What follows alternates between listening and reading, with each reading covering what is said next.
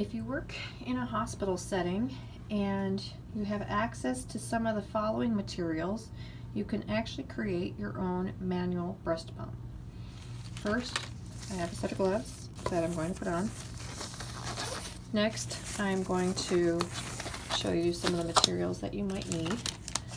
One is a 14 gauge angiocath, or any sort of needle really that's big enough to make a hole. And the second one is an 18 gauge angiocath.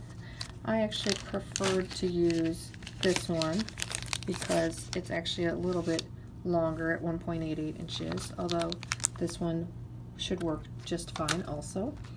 And really you just need the catheter portion of the angiocath. And then we have a 20 ml syringe, okay, as well as a 3-way stopcock, as shown here. And I happen to have a Tegaderm, or any sort of tape would do, as well as a sterile specimen container. Probably any sort of sterile saline bottle would work as well. Anything that will really be able to fit your nipple. So this is sterile on the inside. I just removed it from the vial, from the bag itself. And I'm going to take my 14 gauge angiocath, and I'm going to use this really just to make the first hole. And I'm going to choose to do it kind of on the top and apply pressure there. You could use sterile gloves if you were really picky, or if you have a preemie and you really need that milk. Now, I've made the needle poke, and you can see already the catheter portion maybe is buckling, but I'm just going to run that in a little bit to make sure I have a nice nick there. Anesthesiologists can recap their needles. So, and I have an 18 gauge angiocath now that I'm going to open.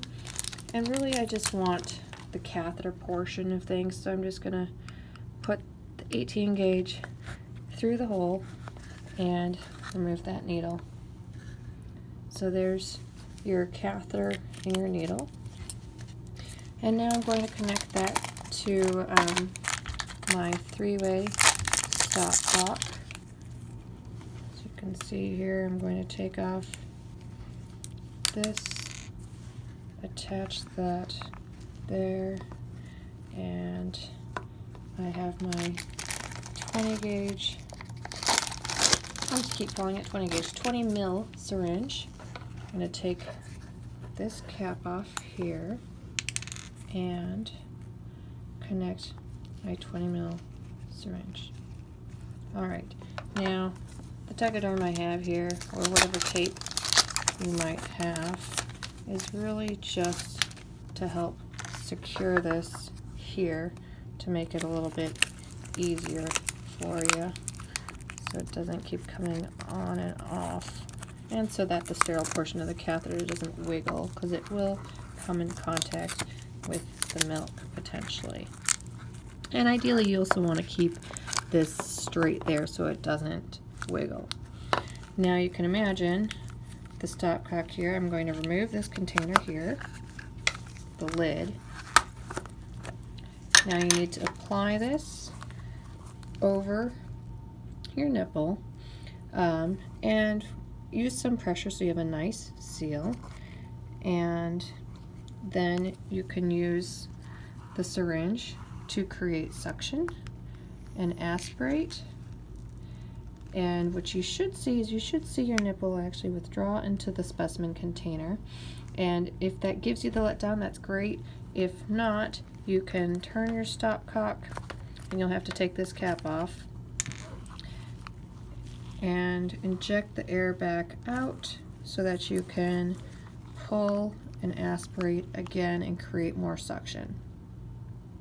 Now if you're able to get that let down, then at that point you can just use manual expression and continue to aid the milk to flow into the specimen container until you're able to relieve yourself. So this pump, this specimen container, I believe, can hold, it looks like maybe 3 to 4 ounces, but clearly it would spill, so you probably want to just fill it to about 2 ounces to relieve yourself before pouring it into another, ideally another milk bag of sorts, or another sterile container before you were to continue. But this is just a handy way to create a manual